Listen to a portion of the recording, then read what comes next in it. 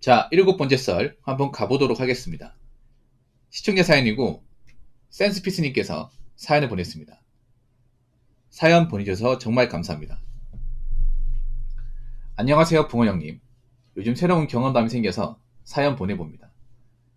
거주 임대인이랑의 분장에 이야기를 해보려고 합니다.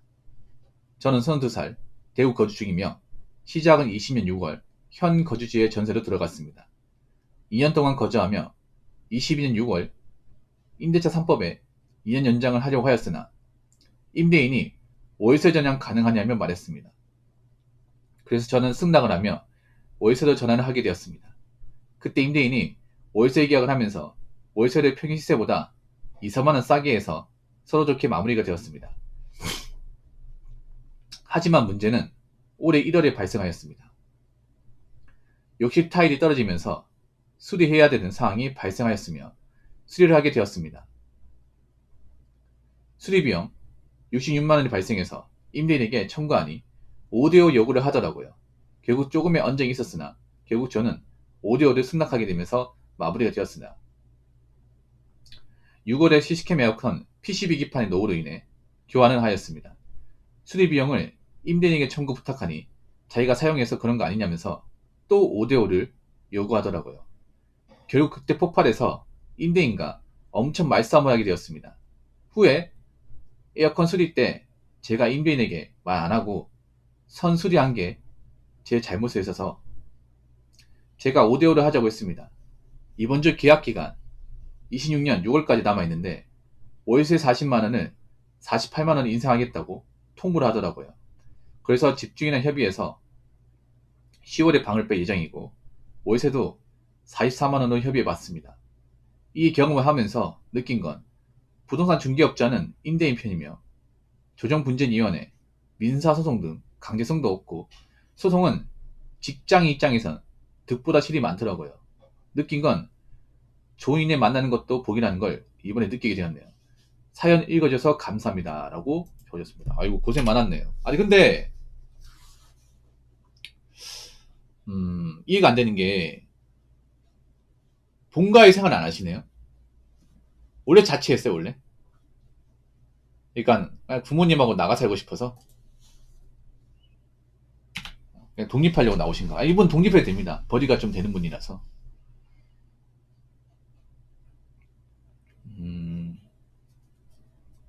그러니까 오피스텔에 지금 이제 5년 전이죠. 5년 전에 이제 오피스텔로 이제 전세로 들어갔는데 이제 2년 전세 만기돼서 이제 이분은 2년 더 전세 연장하고 싶었지만 이제 집주인분이 전세 말고 월세로 하면 안 되겠냐 해가지고 이제 월세로 바꾸게 되었고 그렇게 해서 월세로 살게 되었는데 문제는 월세로 살면서 문제가 생긴 거죠.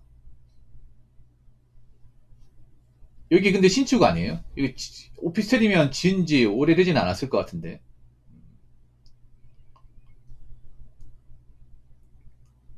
아니 고장낸 게 아니잖아. 아니 이게 웃긴 게 뭐냐면 이게 내가 쓰면서 뭔가 망가뜨린 게 아니거든요. 그냥 살다 보니까 떨어져 나간 거야. 이걸 왜 임차인이 보상을 해야 되는 거죠?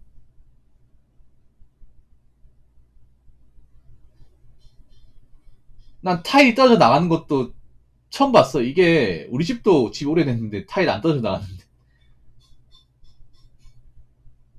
14년요. 그럼 좀 오래되긴 했는데 그래도 이해가 안 되는데요. 타일이 그렇게 쉽게 떨어집니까? 난 타일이 떨어진다는 경험 못했고 저희 집도 오래됐는데 타일이 제대로 공사했으면 이게 안 떨어져야 되는 거 아니에요 여러분? 그렇지 않습니까? 아니 센스피드 뭐 떨어지라고 이렇게 문 뗀 것도 아니잖아. 그냥 건드리지 않죠 여러분. 살면서 우리 타일을 왜 건드립니까? 욕실 타일 그 벽에 있는 거 얘기하는 거지. 벽에 그 벽에 이제 붙어진 거 그 얘기하는 거죠. 아니 바닥에 욕실 타일 얘기하는 건가? 아니 근데 아무리 생각해도 이해가 안 되는 게 이거 제대로 했으면 떨어질 리가 없습니다 이게. 그 오피스텔이 다 그렇다고요. 근데 왜 그거를 얘기 안 해줬어요? 중개업자가 얘기 안 해줬죠. 그러니까 처음에 들어갈 때 여기 오피스텔 타일 상태가 안 좋으니까 떨어질 수 있다 이런 얘기 했습니까? 아니면 내가 지금 이런 일이 터지고 나서 그러니까 내가 계약하기 전까지 얘기를 안 하다가 내가 이런 일 겪고 나서 그 중개업자한테 얘기하니까 여기 사실 오피스텔 상태가 안 좋다. 나중에 와서 얘기하는 거예요. 아마 나중에 와서 얘기한 것 같은데. 처음부터 뭐 이런 얘기하면 좋아할 사람이 없다 보니까. 왜냐면 집주인이 얘기 안 했을 것 같아, 중개업자한테.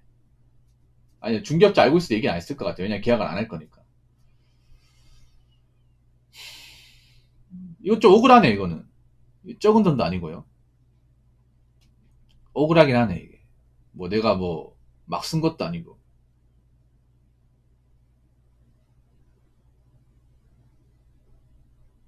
아, 둘이서 했다고요? 음, 여기 좀 엉터리로 졌나 보다. 엉터리로. 아니, 빌라도 이런 경우 없죠, 빌라도.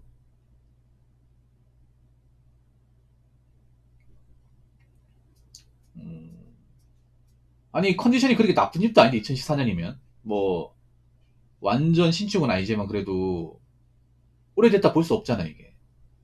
예. 근데 저런 일이 발생하나? 10년 지났다고? 야. 그래서 33만원 본인이 또 비용 부담을 했고, 6월에 시스템 에어컨 교환을 했다고요? 수리비용 임대인에게 청구 부탁하니 자기가 사용해서 그런 거 아니냐면서. 아니, 그럼 사용해야지, 그러면. 아니, 그럼 에어컨 안 틉니까? 아니, 그리고 에어컨 틀면 에어컨 고장 날 거 알고 튼 사람 누가 있어, 여러분? 그렇지 않습니까?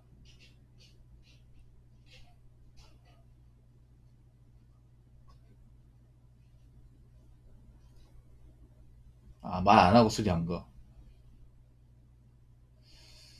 근데 이게 본인이 미리 업자 불러서 고쳤다고 해서 이게 나쁜 게 아닌 게 생각해봐. 에어컨 뭐 하루를 안 틀면 잠 어떻게 자, 이게. 저분 교대 근무하는데. 어,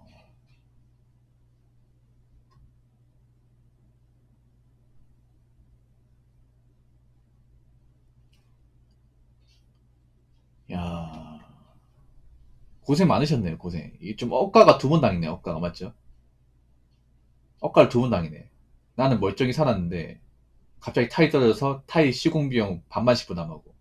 그냥 난 평소랑 똑같이 에어컨 틀었는데, 많이 튼 것도 아니. 저분 에어컨 많이 틀 것 같아요? 아니요, 저분 그냥 잘 때만 트는 거야, 잘 때만. 퇴근하고 나서. 저분은 공장 다니는데, 근무 시간이 길어요. 집에 몇 시간 안 있어요, 이게. 세 번이라고요. 그러니까 저분 어차피 공장 잔업하고 집에 오면 58년생, 아, 58. 억가 세 번? 어디, 억가 어디 있어? 아, 욕실 타일. 그리고 에어컨.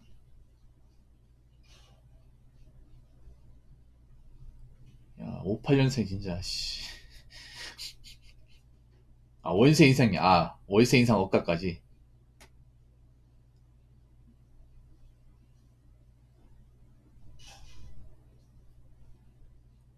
근데 대구도 비싸다, 이게. 신축도 아닌데 비싸다.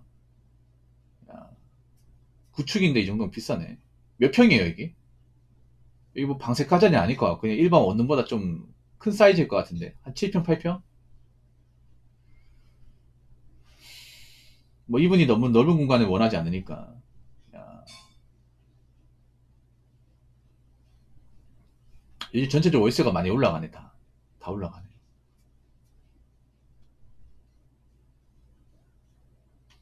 굳이, 센스피스님 굳이 58년생 얘기하는 거 보니까, 우리 센스피스님도 8.8이요. 그래도 뭐 혼자 살기엔 넉넉하네요. 혼자 살기에는. 그래도 싼 건 아니다. 이제 지방도 싼 게 아니네, 이제. 조만간 50만원 가겠네요. 550요. 와, 비싸네. 와, 이거, 와, 많이 비싸진다. 이게 조만간 이제 한 60, 70 가겠다, 이게. 수요가 많아서 그래. 이게 왜냐하면, 집주인이 왜 저렇게 배짱을 튄 거냐면, 일단 저 집주인도 아마 빚이 많을 겁니다. 장난컨대 빚이 많을 거야. 여유가 있는 아마 집주인은 아닌 것 같아. 그래서 몇 푼 아끼려고 하는 것 같아. 내 생각에. 그리고 어차피 요즘에 월세를 찾는 분들이 많다 보니까, 뭐 매매 같은 건 잘 안 돼도 월세 수요는 많다 보니까, 그래서 올리는 것 같아. 너 말고도 뭐 월세를 살려고 하는 사람 있어. 뭐 실업 나가든가, 막 이런 식인 것 같아요. 비싸네, 이게. 인천보다 더 비싼 것 같은데?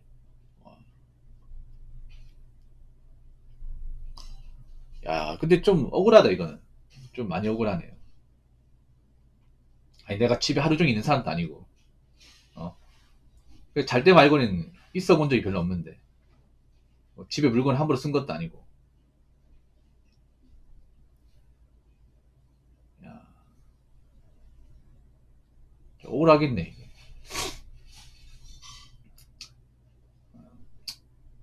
근데 이걸 어떻게 확인하고 들어가는 거야? 에어컨 고장 날 걸 어떻게 알고? 야, 많이 나오네, 많이. 많이 나오네요.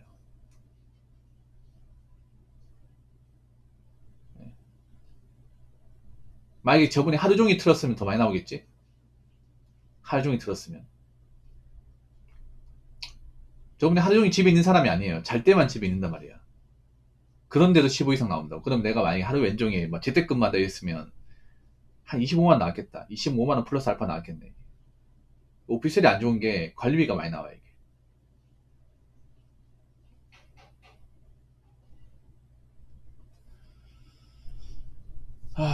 이분이 얘기하고 싶은 그런 거면 집주인을 잘 만나야 된다. 그리고 집 상태 잘 확인해야 된다. 앞으로 지금 집 구할 때 에어컨 상태라든지 에어컨 점검 상태, 그리고 이제 타일은 확실하게 하게 했네요. 확실하게. 앞으로 화장실 들어가면 타일부터 다 만져보겠다, 이게.